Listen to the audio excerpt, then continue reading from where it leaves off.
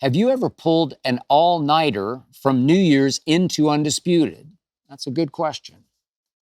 I pulled a lot of all-nighters back in my days, college at Vanderbilt. Lots of finals featured all-nighters.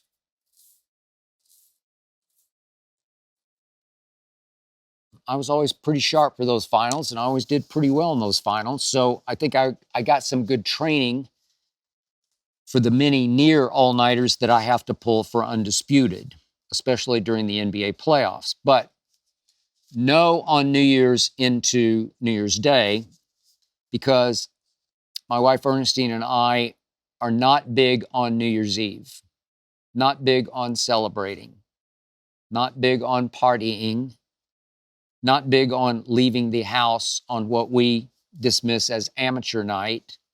It's just too dangerous out there. We stay put, we stay in. I have often worked on New Year's Day. This year it was imperative because obviously there was NFL on New Year's Eve. So Ernestine is from New York, born and bred. We keep all of our clocks on East Coast time because I do get up at 2 a.m. out here Pacific time in LA. But I tricked myself into saying, well, I always got up at 5 when I was at ESPN in Bristol, Connecticut and New York City. So if we keep all our clocks on East Coast time, I'll get up at 5 and I won't feel quite so awful about getting up in the middle of the night as opposed to at 5, which is the start of the day.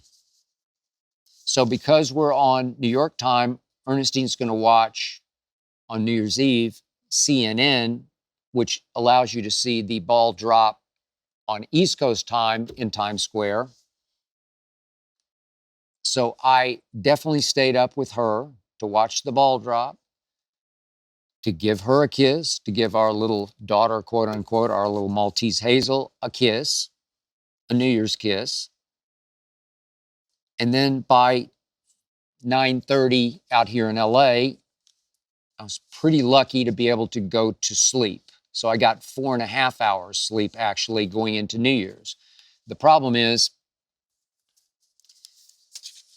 Ernestine can be a worrywart, and there's no morning in the 365-day calendar that she dreads and fears more than New Year's Day for me driving into where I sit now, the Fox lot and these Fox studios. Because she fears, correctly, rightfully, that a lot of the drunk amateurs will just be winding down and winding up and be behind the wheels of their automobiles as they weave home sometime around the time I am driving into Fox. So she dreads me even leaving the house because she fears that even though the trip is very short for me, if I, as I often do, hot rod into the Fox lot, I am putting myself in grave danger out on the streets of Los Angeles at around 4 o'clock in the morning on New Year's Day. It would be the most dangerous time of the calendar year to be out on the LA streets, especially if you push the speed limit. But I always tell her I will be more careful than ever. I will drive a little more slowly than ever. Check, check, made it. Thank you, God. I hope you enjoyed that video. You ready for more?